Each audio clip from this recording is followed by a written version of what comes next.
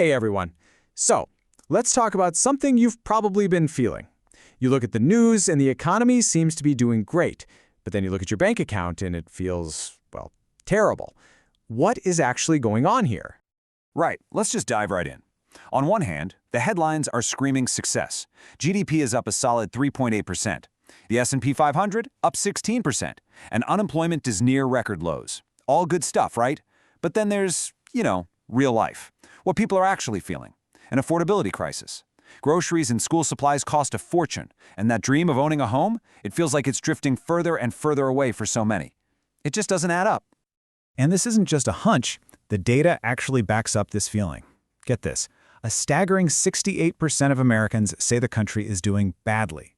That number is just totally at odds with those positive economic stats. So why? What's the disconnect?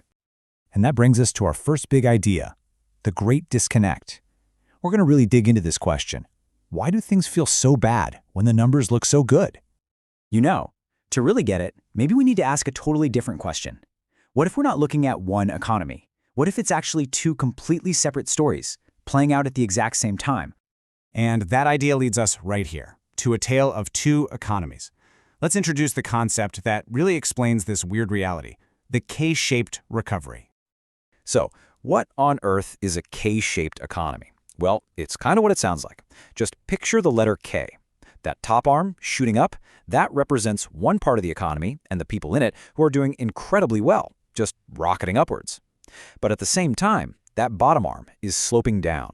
That's another group, another part of the economy that's falling behind, stagnating, or even going backwards. And for the folks on that downward slope, the reality is pretty harsh. We're talking about longer lines at food pantries, a big jump in people defaulting on their credit cards, school supplies costing 30, even 40% more. And look, it's not just hitting low-wage workers. We're seeing major white-collar layoffs at huge companies like Amazon and UPS. The economist Scott Galloway put a really sharp point on this. He said the bottom 90 are going to serve as nutrition for the top 10. Whoa! I mean, that's a provocative way to say it, but it really captures just how severe this split is. Okay, so if things are so divided, why are all the headlines so positive? Well, that brings us to our next section, measuring what matters, or maybe what we're not measuring. This is the crucial point, right? Are we even measuring the right things? I mean, if the big headline numbers don't match up with how most people are feeling, maybe the problem isn't with the people. Maybe it's the metrics we're using. Okay, so check out this contrast. We are absolutely obsessed with these, what you could call false signals, like the S&P 500, the NASDAQ, the Dow. But what if we looked at real wellness metrics instead? Stuff like sales of Hamburger Helper, which are way up, or the number of credit card defaults, or even something like the use of anti-anxiety meds. These things tell a much more human story about how we're actually doing. And that really gets to the heart of it. The traditional market numbers, the Dow, the S&P, they've basically become a financial wellness report, but only for the top 10%.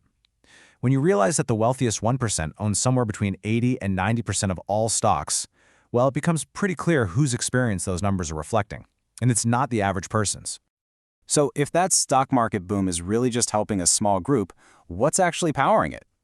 This brings us to our last section, an economy built on AI. We're about to uncover the surprisingly fragile foundation that this whole boom is sitting on.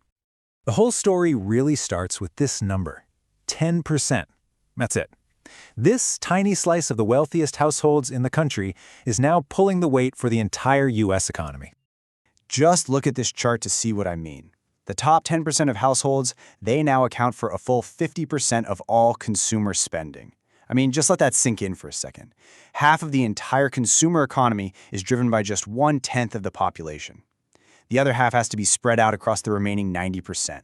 That is a wild imbalance. And it gets even more concentrated. The wealth of that top 10% and, their confidence to go out and keep spending, it's all tied to the performance of just 10 so-called magnificent tech companies. And what's fueling their incredible growth? Pretty much one thing, the promise of AI. This creates a system that is just incredibly fragile. The confidence of the wealthy is totally tied to how the stock market is doing. If it's up, they spend like crazy on things they don't really need. But here's the kicker. Unlike a middle-class family that has to buy groceries no matter what, the top 10% can slash their non-essential spending by 50% overnight if they get spooked. They can literally just turn off the tap. This quote just nails the vulnerability perfectly. If these 10 companies sneeze, the entire economy is going to get a cold. The whole boom is basically balanced on a handful of AI stocks. If they stumble, that spending from the top 10% could just dry up, sending shockwaves through the whole system. All of which leaves us with one final big question to chew on. For the last 150 years, being an optimist about the stock market has always paid off. But given that this optimism is now propping up such a narrow and frankly fragile system, is it still a feature or has it become a bug?